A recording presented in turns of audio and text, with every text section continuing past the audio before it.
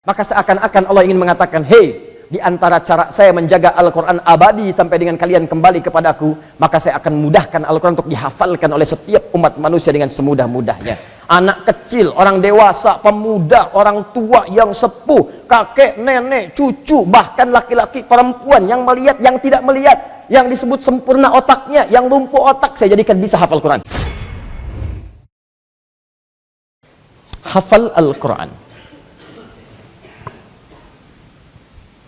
Sungguh telah kami mudahkan semudah-mudahnya Al-Quran itu untuk dihafalkan. Ketika Anda menghafal Al-Quran, kalimatnya menggunakan kata zikrun. Ingat. Padahal orang sekarang menyebutkan hafalan itu dengan kata hifzun. Hifzun. Orangnya disebut dengan hafiz. Sekarang penghafal Quran disebut hafiz. Hafiz. Perempuannya hafizah. Hafizah. Sampai jadi ada perlombaan di Indonesia, Hafiz Indonesia. Sampai ada mainan ya, Hafiz dan Hafizah. Hafiz untuk menunjukkan penghafal Al-Quran. Tapi Al-Quran sendiri tidak menyebut dengan Hafiz, tidak menyebut dengan hifzun, tapi menyebut dengan zikrun. Kalau hifzun itu sekedar mengingat saja, hafal, untuk menjaga sesuatu yang dihafal itu supaya ada di benak kita. Jadi cuma memasukkan dari luar ke dalam, itu hifzun namanya. Ya, misal saya bacakan ya kalimat, saya bacakan kalimat. Besok insya Allah saya akan pergi ke Mesuji untuk mengajar.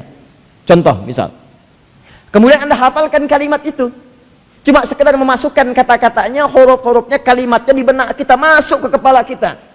Sehingga ketika kita ditanya, kita bisa jawab, cuma menjawab saja, memasukkan informasi ke dalam benak kita. Itu yang disebut dengan hifzun namanya. Paham? Baik. Tapi kalau Anda misalnya ingin menjadikan hafalan itu, ingat, sebagai wasilah untuk mengingat Allah Subhanahu wa ta'ala, maka robah kalimatnya kepada rumus awal tadi. Setiap pekerjaan yang menjadikan kita ingat kepada Allah, masih ingat, maka semua amalannya disebut dengan apa? Zikir. Nah sekarang pertanyaannya, kenapa menghafal Quran disebut dengan zikir? Seakan-akan Allah ingin memberikan pesan kepada kita, hei, menghafal Quran itu bukan sekedar memasukkan ayat-ayat ke dalam benak kita. Bacaan-bacaan dihimpun, tanamkan dalam jiwa Anda. Bukan cuma persoalan menghafal 30 juz, bukan cuma persoalan memasukkan Al-Fatihah sampai An-Nas, tapi persoalan terpentingnya bagaimana hafalan Anda bisa mengingatkan Anda dengan Allah Subhanahu wa ta'ala. Kalau itu dikaitkan dengan materi kita saat ini, kenapa menghafal Quran disebut dengan zikrun? Kembalikan ke sini, frame tadi di awal, cara berpikirnya. Allah menyebutkan Al-Quran dan Alkitab saat digabungkan, maka disebut dengan nama zikr. Masih ingat tadi? Untuk menjaga Al-Quran, maka disebut dengan nama zikr. Bacaan dan tulisannya, bacaan dan susunannya yang sangat teratur, tidak ada aib di dalamnya, tidak ada kekurangan, tidak ada cacat.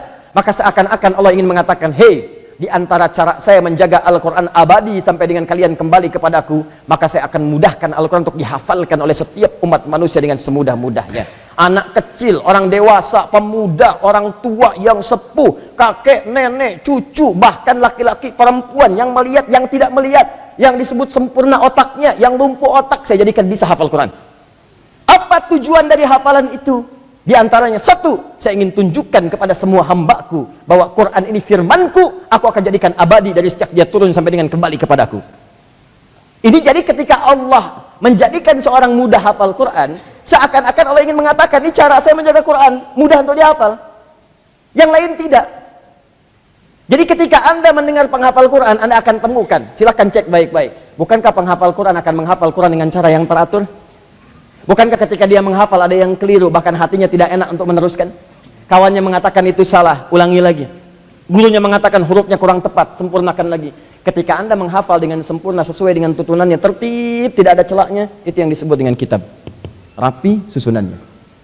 Ketika Anda membacakan bacaannya dari Al-Fatihah sampai An-Nas, terdengar bunyinya, itu yang disebut dengan Quran.